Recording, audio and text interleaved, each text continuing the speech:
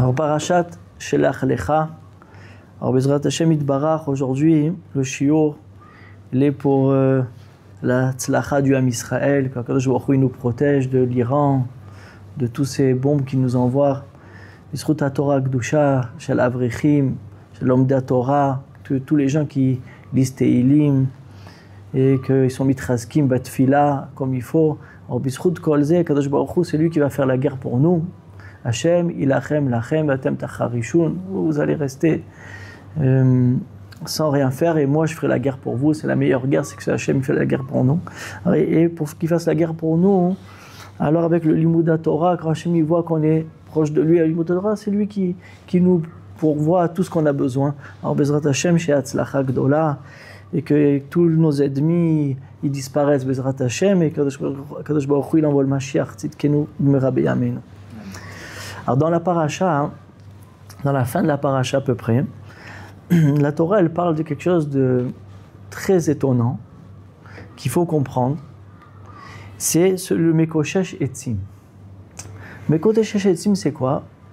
Il y a deux témoins qui sont venus dire à Moshe Rabbeinu qu'il y a quelqu'un qui est en train, un juif, qui est en train de faire une avéra pendant Shabbat. Qui est en train de faire, on va voir quelle avéra, il est en train de faire pendant Shabbat, transgresser le Shabbat. Il est Mechalel Shabbat. Et ces témoins-là, ils ont dit, pas seulement ça, on est venu lui dire, c'est interdit, c'est pas qu'il a oublié, on est venu lui dire, arrête de faire ça, de transgresser Shabbat. Et ce Yehudi-là, ce juif-là, il continue. Après que les Yidim, ils lui ont dit, après que les témoins, ils lui ont dit, arrête, tu es en train de transgresser Shabbat, il a continué.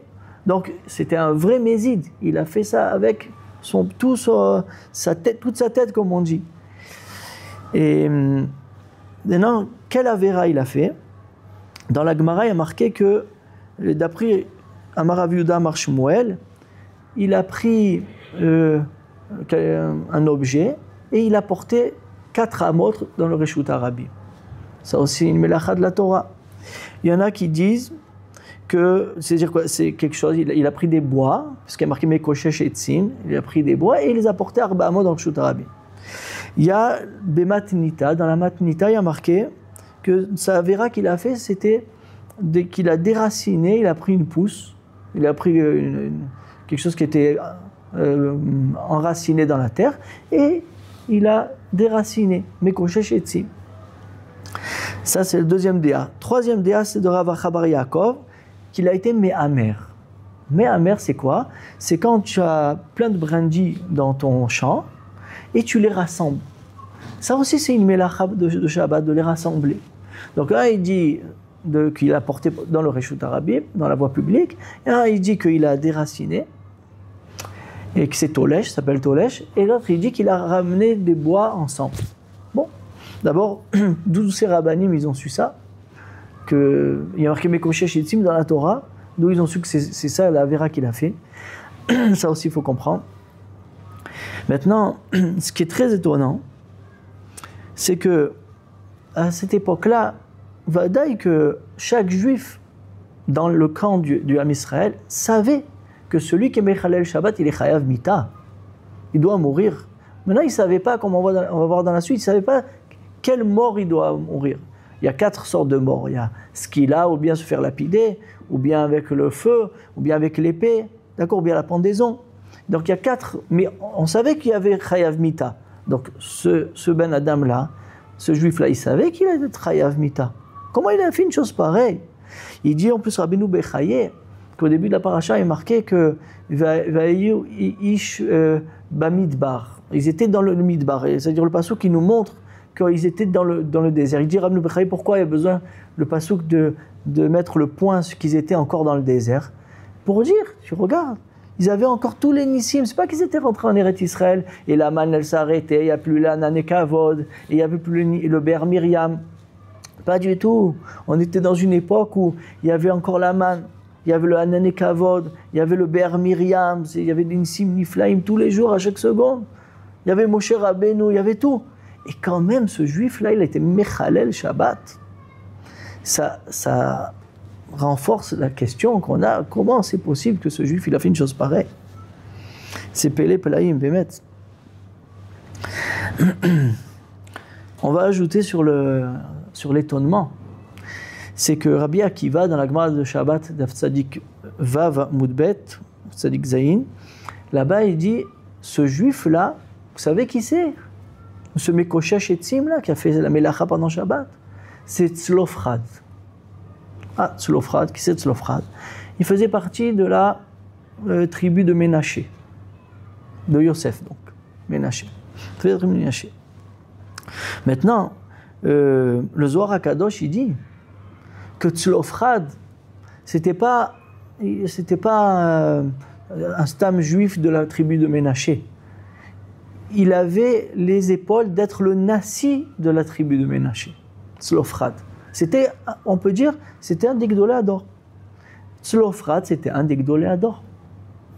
Donc, comment c'est possible que ce Ben Adam là, avec toute son importance, toute sa chashivut, il a fait une chose pareille, il a dit mais Chalel Shabbat, et il savait qu'il allait mourir. Qu'est-ce qui se passe ici? C'est incompréhensible, il faut comprendre. Et donc, comme on a dit aussi, on ne peut pas dire qu'il a oublié que c'était Shabbat, parce que les 10 millions dit attention, c'est Shabbat, et c'est interdit ce que tu fais, et lui il a continué. Donc il doit avoir un compte, il devait avoir quelque chose dans la tête. C'est ça qu'on veut comprendre. En plus de ça, pour rajouter encore à l'étonnement, la Torah, elle témoigne, les Chazal, ils amènent que c'est le seul juif qui a été Mechalel Shabbat. Le seul. Ça veut dire donc, tout le monde se tenait à carreau, tout le monde connaissait l'importance du Shabbat. C'est pas que c'était l'époque où ils venaient d'apprendre le Shabbat, donc ils peuvent s'oublier ou quoi. Pas du tout. Tout le Ham Israël, les 600 000 du Ham Israël, ils ont gardé Shabbat comme il faut. Il n'y a que lui qui a été Mechalel Shabbat. Bekoum ve'aseh. Ah, c'est vrai que quand la manne elle est descendue, il y en a qui sont sortis pour aller chercher la manne. Mais ils n'ont pas fait la vera, ils sont sortis. On leur a dit, mais pourquoi vous sortez? C'est interdit d'amener la manne. Il n'y aura pas la manne qui va descendre pendant Shabbat parce que sinon vous devez porter. D'accord? Donc, mais ils n'ont pas fait d'Avera. Ils sont sortis pour le prendre et finalement ils n'ont pas fait d'Avera. Et c'est lui le seul qui a fait une Avera, qui a été Mechalel Shabbat. Et d'ailleurs la sentence elle a été que Hachem il a dit on doit le lapider et il a été lapidé, il est mort avec la lapidation. D'accord? Donc il faut comprendre Béhémet, ce Tzlofrad, ce Gadol Hador là, c'était quoi son compte? Top.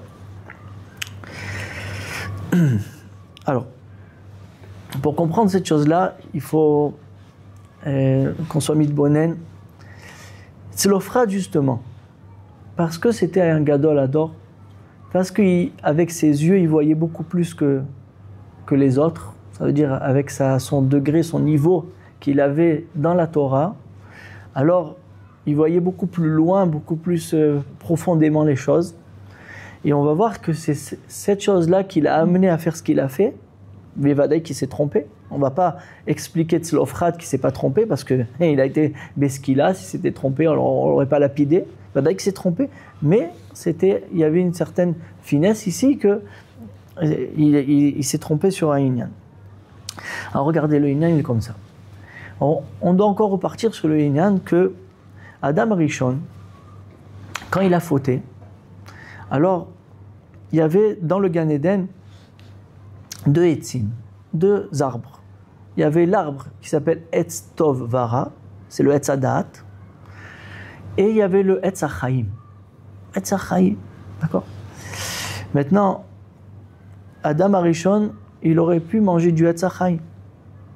Et ce Etz HaChaim, il y a marqué dans le Zohar et tout ça, que s'il avait mangé le Etz HaChaim, tout le monde serait arrivé à son tikkun. Tout le monde aurait arrivé au tikkun. Mais maintenant, il a eu le Yetzer Hara de manger le Etz Hadat Tovara. Et donc, il a mélangé dans toute la Bria Kula. Maintenant, il y a du Tov et du Ra. Tovara, tout est mélangé. Et c'est à toi à faire le tri. Tu dois trier le mauvais, enlever le mauvais du bon. C'est toute notre avoda. Par exemple, avant de dire l'exemple, et cet avoda-là, ce travail-là qu'on doit trier, parce que maintenant on est tombé dans le Etz Tov Vara, c'est pendant les 6 jours de la semaine. Beyeme Achol. Donc, Yemei Achol, il y a toujours un challenge. Tu as devant toi le Tov et le Ra.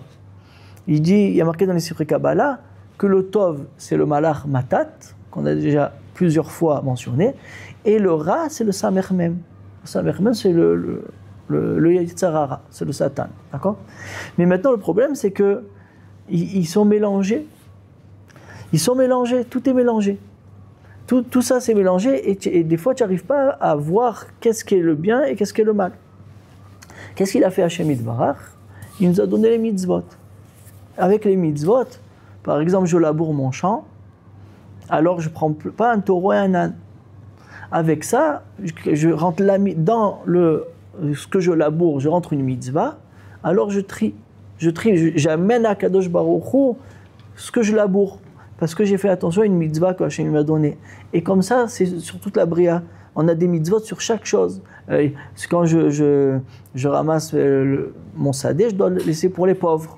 Ce que tu laisses pour les pauvres, et tout ça. Et il y a une mitzvah dans tous les travaux que tu fais, il y a une mitzvah pour pouvoir trier le mal qui se trouve dans le bon. Maintenant, Shabbat, HaKadosh Baruch Hu, il nous dit, non, alors Shabbat, il n'y a plus de tri à faire. Et là, on rentre que dans le Tov.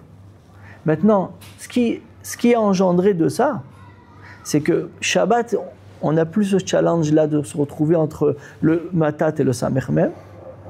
HaKadosh Baruch Hu, il nous élève. Et là, on est maintenant, quand on est élevé, on va s'élever dans la Kedusha. Et donc, toutes les 39 travaux du monde, ils deviennent interdits. Donc, on s'évade de ce monde, Kaviachol, qui est formé de 39 travaux. On s'évade et on s'élève.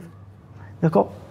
Donc, maintenant, si Chas Veshalom, quelqu'un il vient, il fait une melacha pendant Shabbat, il va faire un travail pendant Shabbat, il va rentrer Chas Veshalom le tri dans le Shabbat, alors que Hachem t'a élevé dans un endroit où il n'y a plus besoin de tout ça. Donc ça s'appelle Chilul Shabbat. Chilalta et Akdusha shel Shabbat, parce qu'il n'y a plus ce tri à faire. Il n'y a plus ce tri à faire. Et maintenant tu vas rentrer le Samer Mem, tu vas prendre tout ce Ra et Tov, tu vas l'amener dans la Tzilut, tu vas l'amener dans l'endroit du Shabbat. Mais là-bas, il ne faut pas rentrer de Ra. C'est pour ça qu'Hachem nous interdit les 39 travaux. Donc toi, tu viens, tu fais un travail, Chas Veshalom, tu rentres le Ra dans le Tov, Chas Veshalom. Maintenant, on va dire comme ça. Les 6 jours de la semaine, c'est le Etz Tovara, Etz Adat Tovara. Et le Shabbat, c'est le Etz Achaim. Le Etz Achaim, c'est le Etz Achaim.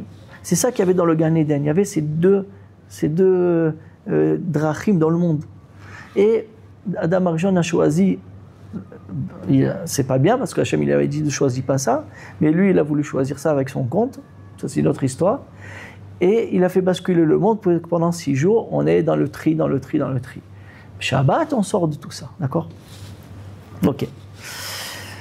Maintenant, Tzlofchad, lui, c'était un Ben Adam tellement grand, tellement gadol, qu'il a voulu amener, en vérité, le monde à son tikkun. Il a voulu arranger le monde de la faute d'Adam Arishon. Je vais expliquer ce que je veux dire. Lui, Tzlofchad, le Harizal, il dit qu'il avait une force de Gvora, ça veut dire qu'il avait une force d'être rigoureux dans la Vodat Hashem, plus que tout l'Am Israël. Pourquoi ? Donc il était du côté gauche, Kaviachol, des Gvorot, ça s'appelle Gvorot. Il dit le Harizal, son nom il prouve à ça. Parce qu'il s'appelle Tzlofchad, Tzel Pachad. Tzel, sous l'ombre du Pachad, ça veut dire de la crainte. Il était sous l'ombre, comme on dit Betzalel, il était sous le Tzel El, sous l'ombre du Chesed d'Hachem. Et bien lui, il était Betzel Apachad. C'était Betzel Apachad. Il avait une gvoura en lui énorme, mais une gvoura tova. D'où il a puisé ça de Ménaché. Parce que Yaakov Avinu, Yosef, il y a amené Ephraïm au Ménaché. Et Ménaché, c'était le Bechor. Donc normalement, il aurait dû mettre la main droite sur sa tête, comme Bémet Yosef il a placé Ménaché, que Yaakov il met sa main droite sur la tête de Ménaché et la main gauche sur la tête de Ephraïm. Qu'est-ce qu'il a fait Yaakov Avinu? Il a changé, il a mis sa main droite sur la tête de Ménaché, d'Ephraïm, et sa main gauche sur la tête de Ménaché. Et il a dit Yaakov à Yosef, c'est comme ça que ça doit être. Ménaché, lui, il est plus gvorot, c'est pour ça que la main gauche, c'est mitzvah de la rigueur, lui, il est plus rigueur. Et même son nom, Ménaché, pourquoi Yosef, il a appelé Ménaché? Parce que Hachem, il a sorti Ménachani, il m'a fait sortir de la maison de mon père, pour m'amener à être le roi de Mitzrayim, ça c'est de la rigueur. Il m'a arraché de la maison de mon père pour être. Alors que Ephraïm, c'est la chante poré. Poré, ça veut dire qu'il engendre, c'est du chesed ça. D'être poré, c'est du chesed. Ménaché, c'est plus le lachon de rigueur.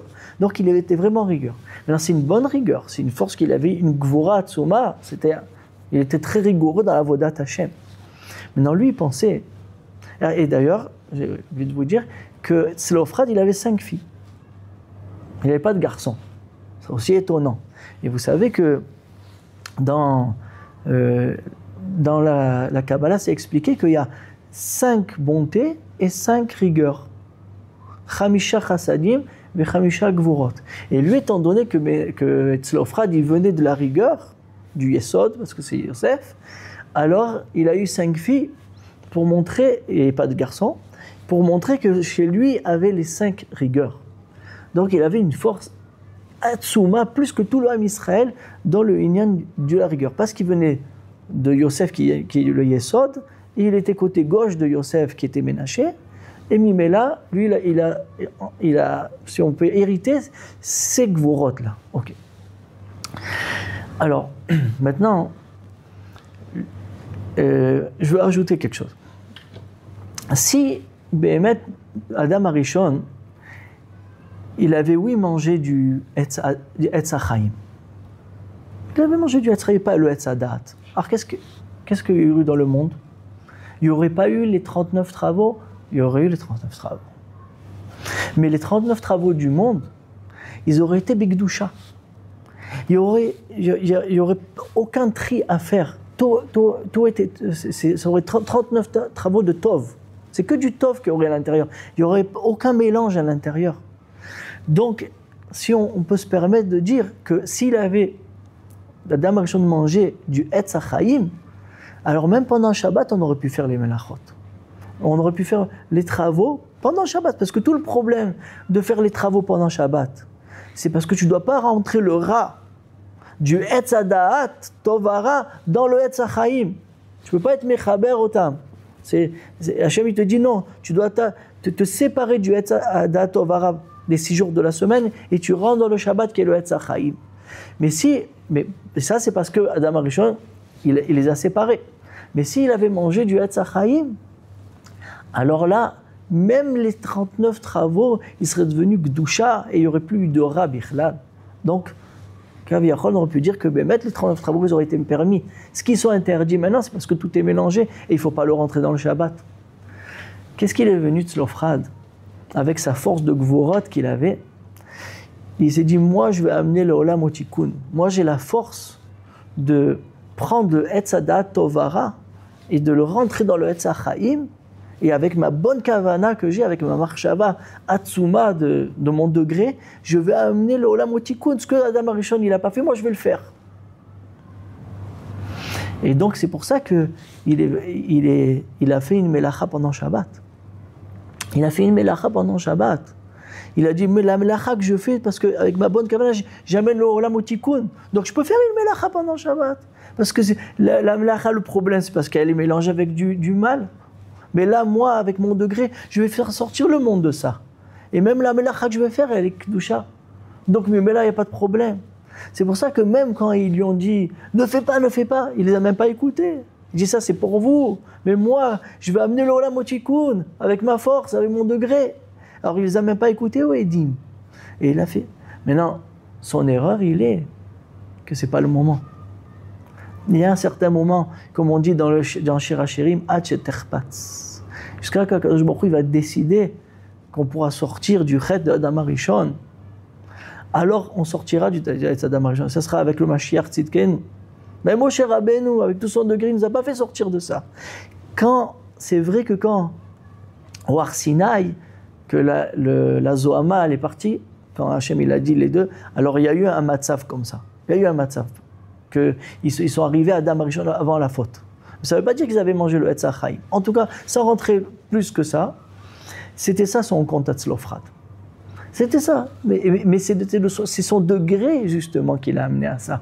Un pachout du Ham Israël, il ne fait pas ces comptes-là, parce que de toute façon, il ne sentait pas qu'il avait la force de faire une chose pareille. Mais lui, qu'il a senti qu'il avait la force. Mais il s'est trompé. Alors regardez comment la chose, elle est nifla. Qu'est-ce qu'il a voulu faire, donc, Tzlofrat? Il a voulu prendre le Etz Hadat Tovara et le mettre avec le Etz HaChaim. Etz Tovara, c'est la semaine, et Etz HaChaim, c'est le Shabbat. Il a voulu rentrer le travail de la semaine dans le Shabbat, avec sa force, nachon. C'est ça qui est Oyam Mekoshesh Etzim. Il a pris 2 Etzim, Mekoshesh Etzim. Il a rassemblé, Mekoshesh, ça veut dire rassembler. Il a rassemblé 2 Etzim. Il a voulu rassembler le Etz Hadat Tovara, Ima Etz HaChaim Beyachad. Oyam Mekoshesh Etzim. Comme ça, il a dit Mekoshesh Etzim. Maintenant, en étant Mekoshesh Etzim, il a fait une catastrophe. Parce que Béhémet, comme ce n'était pas le moment, il a rentré le Ra dans le Tov. Il a rentré le Ra dans le Etz HaChaim. Et sur ça, il a été Chayav Mita. Parce qu'il a fait Chilul Shabbat. Il a rentré le Ra dans le Tov du Shabbat. Donc il a été Chayav Mita. C'est ça qui se passe ici. Donc, maintenant, B'Siyata Dishmaya, il me semble que c'est ça que les Rabbanim, dans la Gemara de Shabbat, ils ont voulu dire. Ils ont dit, les Rabbanim, quel Melacha il a fait? Là-bas, il dit, il a rassemblé les brindilles. D'accord, il a rassemblé les brindilles. C'est ça qu'ils ont voulu dire. Il a rassemblé les 2 Etzim. C'est ça. C'est quoi Mehamer? C'est rassembler des brindilles de bois ensemble. Mais c'est ça que ça veut dire. Il a rassemblé le Etz Hadat Tovara et le Etz HaChaim Beyachad. Donc il a été Mehamer. Donc Chazal, ils ont vu en fait le Omek, la profondeur du sourd qu'il a fait. Et ils ont dit, il a fait Mehamer. Ça veut dire quoi? Il a fait Mehamer, il a voulu rassembler ce qu'on ne pouvait pas encore rassembler. Et donc il a fait une Melacha pendant Shabbat. Maintenant, ça c'est une de ses erreurs. Une autre erreur qu'il a fait, c'est qu'il voulait Béhémet élever le Malchut d'Hachem avec le Etz Tovara qui est collé avec, au-dessus du Etz HaChaim. Alors ça veut dire quoi? C'est un peu amok, mais on dit toujours que la femme, la shlemut, c'est que la femme elle devient ateret Baala, la couronne de son mari. La couronne, elle est au-dessus du mari. Maintenant, c'est sûr qu'elle n'est pas plus que le mari, mais c'est sa couronne. Elle couronne son mari. Mais elle est au-dessus de son mari, parce qu'elle a une chashivut, mais elle couronne son mari. Lui, il a voulu le mettre élevé. Il a voulu élever le malchut au-dessus du Etz HaChaim. Et prendre toutes ces mélachot, là, les amener dans la Kedusha. Et c'est ça que, ça c'est tout un conte aussi, il faudrait connaître un peu les gnanim de Kabbalah, mais en tout cas c'est ça qu'il a voulu faire, en gros. Et c'est ça que le Rav, il a dit, qu'il a été Tolesh. Ça veut dire quoi, il a été Tolesh? Il a déraciné. C'est ça, il a voulu déraciner l'amida du Malchut et l'amener à un endroit qu'il ne faut pas. C'est ça, déraciner, c'est que tu enlèves de sa racine et tu la mets autre part. C'est ça que ces rabbanim ils ont voulu dire. Il a pris, il a déraciné l'endroit du Malchut et l'a amené au-dessus du... Mais ce n'était pas le moment, donc ça fait une catastrophe. Imagine que tu amènes la ira au-dessus de la hava. Ça, c'est un khurban. Et Chazal, ils disent katzatz benetiyot. Shlomo HaMelech, il dit dans le Teilim, il a marqué Dvash matzata echol dayecha. Si tu as trouvé du miel, mange-en comme ça, c'est bien pour toi. Mais si tu exagères, tu vas le vomir. Ce qui s'est passé, il dit. Shlomo HaMelech, il parle sur Tzlofrat. Comme ça, il dit le Zohar. Il dit, on t'a donné le Dvash. Il y a le Etz Tovara. Maintenant, tu le laisses, tu rentres dans Shabbat. Mange le miel que je t'ai donné. La mida que je t'ai donné pour l'instant, comment le monde y marche, ne sort pas des limites. Maintenant, lui, il a voulu sortir des limites et faire élever le monde plus que ce qu'il était à son degré pour l'instant, alors il a vomi. Ça veut dire que tout ce miel-là, il a vomi, c'est du miel, c'est du miel, c'était du bon, mais c'est du bon qui a été mal cadré, et mais là, il est arrivé à cette catastrophe-là, qu'il a été chayav skila. Pourquoi skila, Rabotai? Pourquoi skila? Parce qu'on avait déjà parlé que le malchut s'appelle Even. Even Ashtia, Even. Donc, comme il a été pogem dans le malchut, quand il a été pogem dans la shrina, c'est la shrina qui s'est vengée de lui. Donc c'est pour ça qu'on lui a jeté les pierres et on l'a tué avec les pierres. D'accord? Ça aussi, c'est la garde. Aussi, d'après le Rav qui dit que il est allé à Arba Amot dans le Reshut Arabim, il a marché 4 Amot dans le Reshut Arabim. Ça aussi, il y a un mec, c'est que le Reshut Arabim, dans Divrei Chazal, c'est l'endroit du rat.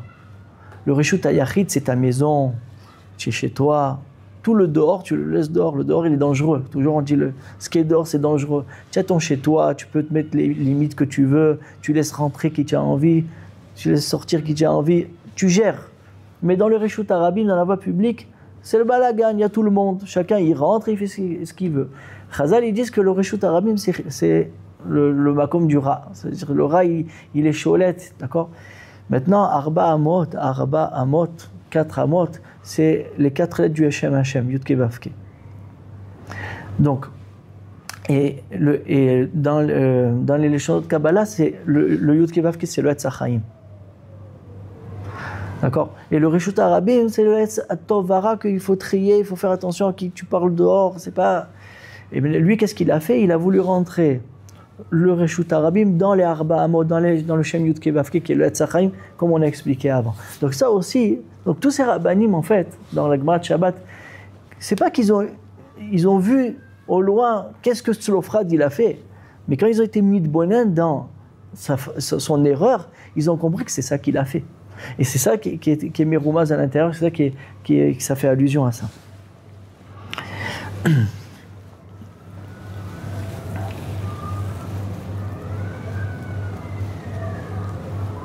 Donc, maintenant on comprend Chazal. Il y a des Chazal qui disent que... Il y en a qui ont voulu dire, c'est un Tosfot, que Tzlofrad, il a fait les Shem Shamayim. Les Shem Shamayim. Shem, c'est le Malchut, Shamayim, c'est le Etz HaChaim. Shem Shamayim. Mais lui, il a voulu, en vérité, faire bien. Il a voulu être Mechaber, la Shrina, avec Akadosh Baruch Hu, Kudsha Bechol Shrinte, Be'ira ve'ahava, mais il a voulu aussi tirer tout ce qu'il y a avec la ira. Il fallait qu'il le trie, lui, il n'a pas trié. Donc il a été mis de Kavel Shem Shamayim, mais il s'est trompé. Qu'est-ce qui est sorti de ça? Un Kiddush Hashem. Il y a eu Chilul Hashem parce que ce qu'il a fait, mais le Midrash, il dit, il y a eu un Kiddush Hashem ici, que maintenant le Ham Israël, ils savent qu'on ne peut pas faire des comptes qui dépassent ce que Moshe Rabbeinu il nous a dit de faire. Il faut suivre le Rav.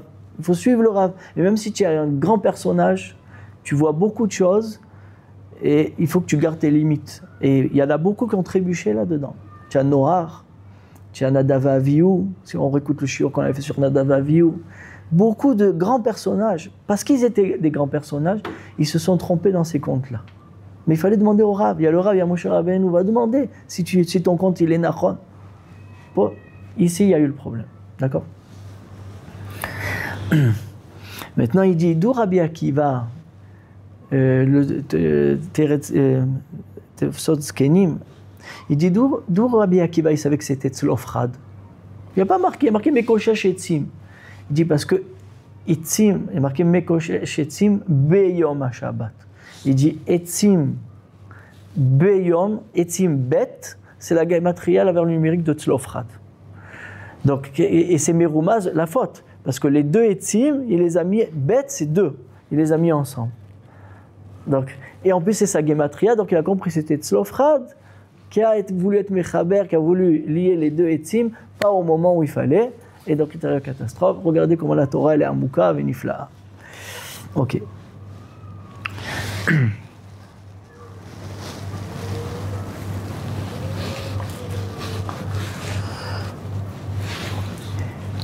Donc, Tzlofchad a reçu sa sentence, il a été chayav skila. Le Ben Yehoyada, dans la Gemara de Shabbat d'Afkufunun, il amène Beshem Mek Hamelech, on va dire c'est du Harizal. Il dit dans beaucoup de Dorot après, beaucoup de générations après, Kadosh Baruch Hu, il a donné la possibilité à Tzlofchad de se racheter. Comment? Il y avait un certain Rav qui s'appelait Rabbi Yehuda Bar Ilai. Tout le monde connaît Rabbi Yehuda Bar Ilai, c'est Tana Kadosh, Talmid de Rabbi Shimon Bar Yochai. Et un jour, il se baladait dans son sadé, la Gemara elle raconte. La Gemara elle l'appelle Chassid. Et elle est très connue cette histoire, et on l'avait déjà racontée dans les Shiurim une fois. Et il a vu qu'il y avait une pirtsa, ça veut dire il y avait la barrière de son champ, il y a des voleurs qui sont rentrés et qui l'ont fait tomber. Et donc il y avait une pirtsa, il y avait un grand trou comme ça dans la barrière. Et pendant Shabbat, il a dit, quand ça va arriver, il s'est dit dans sa tête, quand ça va arriver Motsai Shabbat, je vais l'arranger.